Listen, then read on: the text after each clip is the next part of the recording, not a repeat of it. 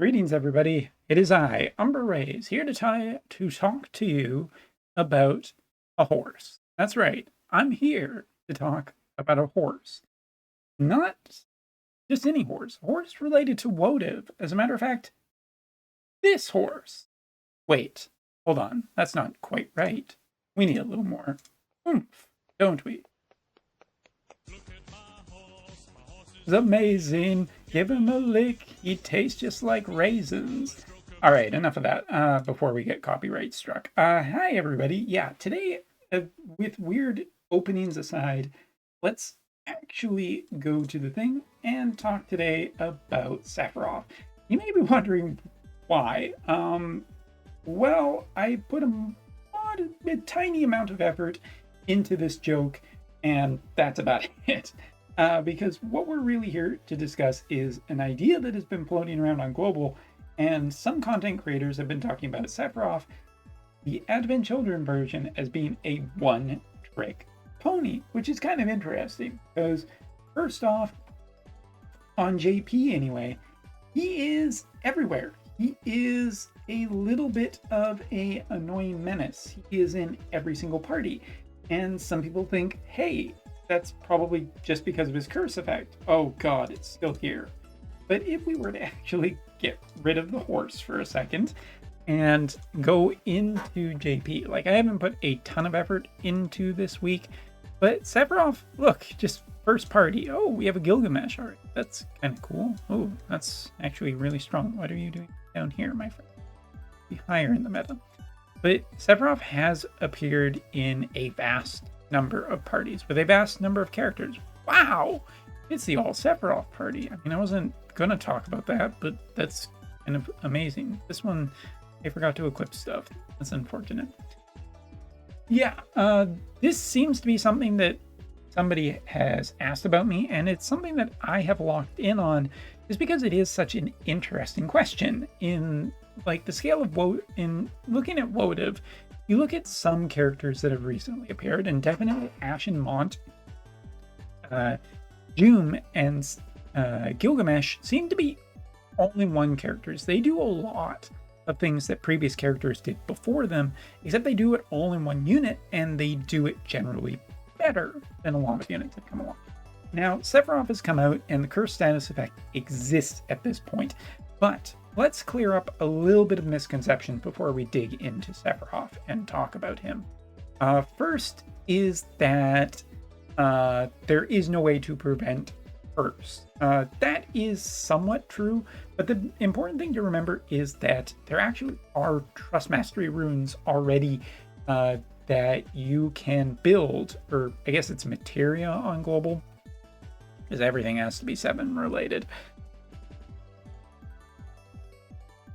That completely derailed my thought. There is already Trust Mastery runes that can give you some curse prevention. I know, I've made them, and it gives you about 25%, and in general, most units have no natural resistance against it, and there's no items. However, there are abilities that can cure it, and there are abilities that can prevent it already. They are not on relevant units, is the major part of the asterisk about that. So yes, obviously with Sephiroth being a limited 100 cost unit, this is something that people are either going to have to go all in on or not. I personally have gone all in on it, and I've found it to be relatively good, because going back to the topic of this, is Sephiroth a one-trick pony? Is the curse status effect is that the thing that is popping him up, and is that good enough? And the answer is, yeah. It really is.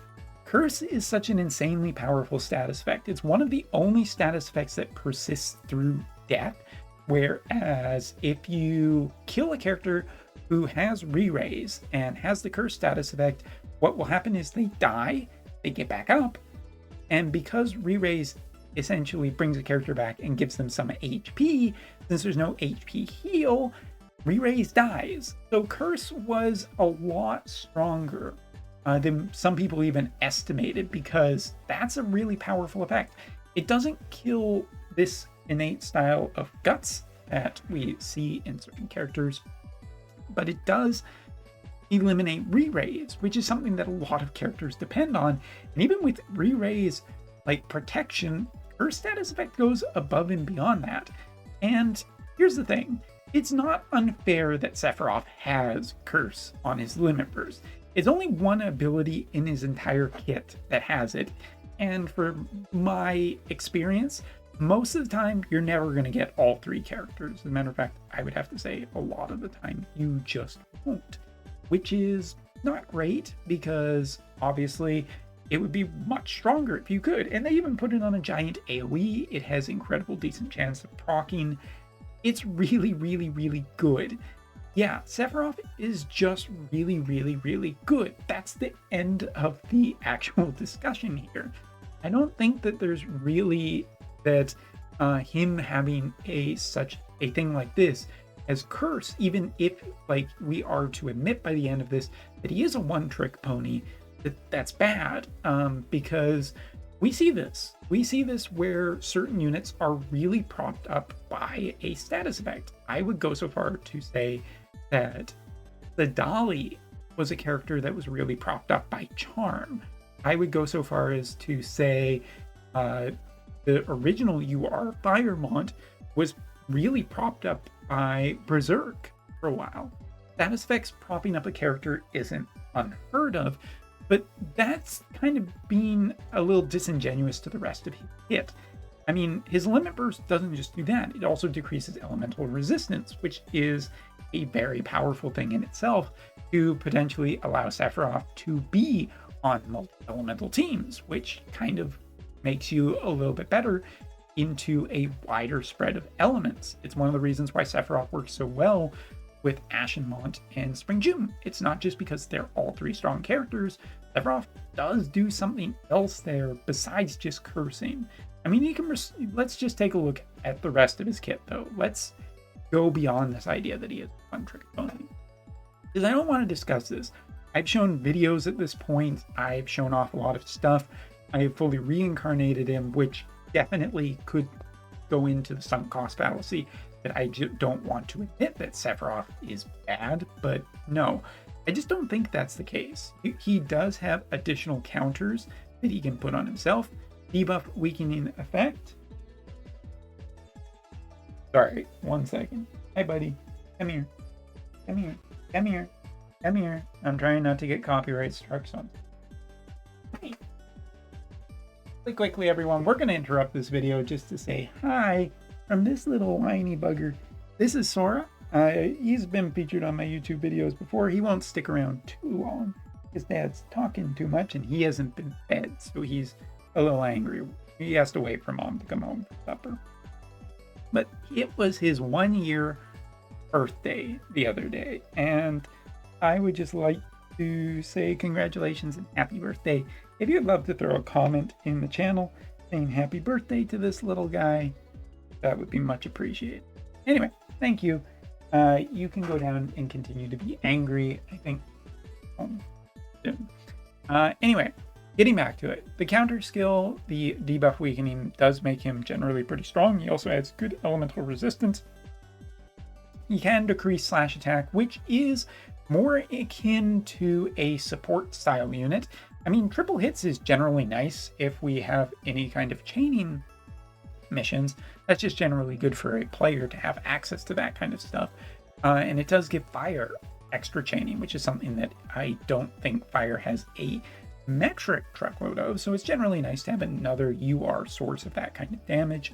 But decreasing slash attack does enable other characters to be potentially pretty good here. Looking at AoE resistance that he gives to allies is, again, more in the rate of support. Giving the following effect: if re-raise or auto restore, just all of this, granting auto AP restore for himself, increasing his elemental resistance, providing that he has re-raise on himself, is all generally strong. Reducing physical damage, barrier buff for targets, increasing defense penetration rate for himself, dispelling ignore fatal damage, which is something that at this point is one of the things that Curse can't deal super well, so this on a large AoE is actually pretty good. and reducing those magical damage. Like, that's all great, and absorbing damage done gives him self-healing. Decreasing AoE resistance is also valuable, as we've seen, with a 100% hit chance to go against evasion.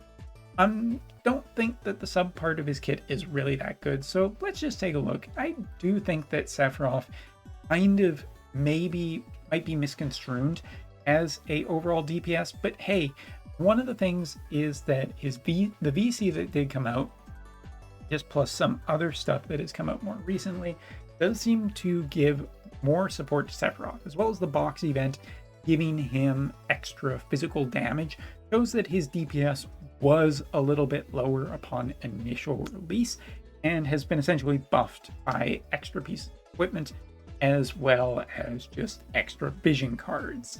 But you look at Sephiroth and he does actually do what a lot of 4th year characters are doing, giving extra benefits to other characters, supporting characters with certain skills and whatnot. And yeah, at the end of the day, you look at his kit, at least this general part of it, and a lot of it here isn't really giving him much offensive capability.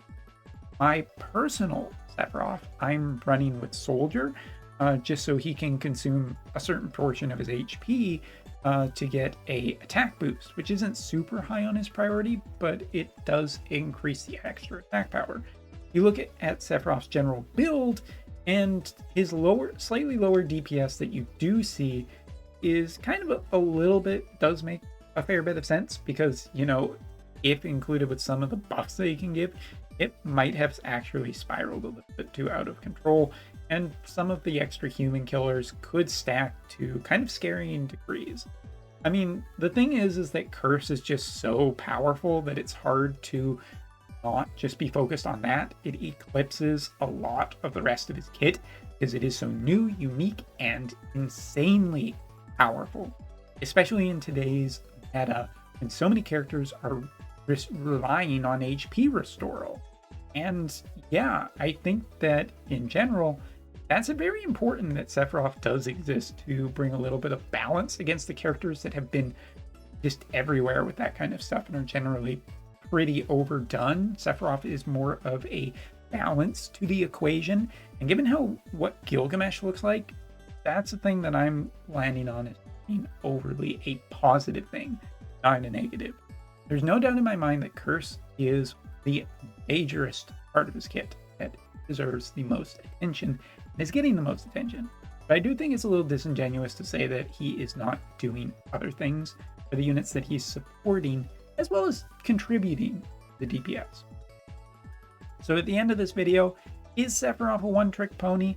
I don't know. I just don't think it matters, because in all honesty, he still does a lot, even if it isn't necessarily in DPS. And DPS isn't always everything in the necessary to winning. He's part of some of the strongest teams, and he's been one of the most flexible characters on JP in terms of working with a ton of different parties and characters. That is enough value to be, in my mind at least, not a one-trick pony. Thanks so much for watching. Take care. This horse is amazing.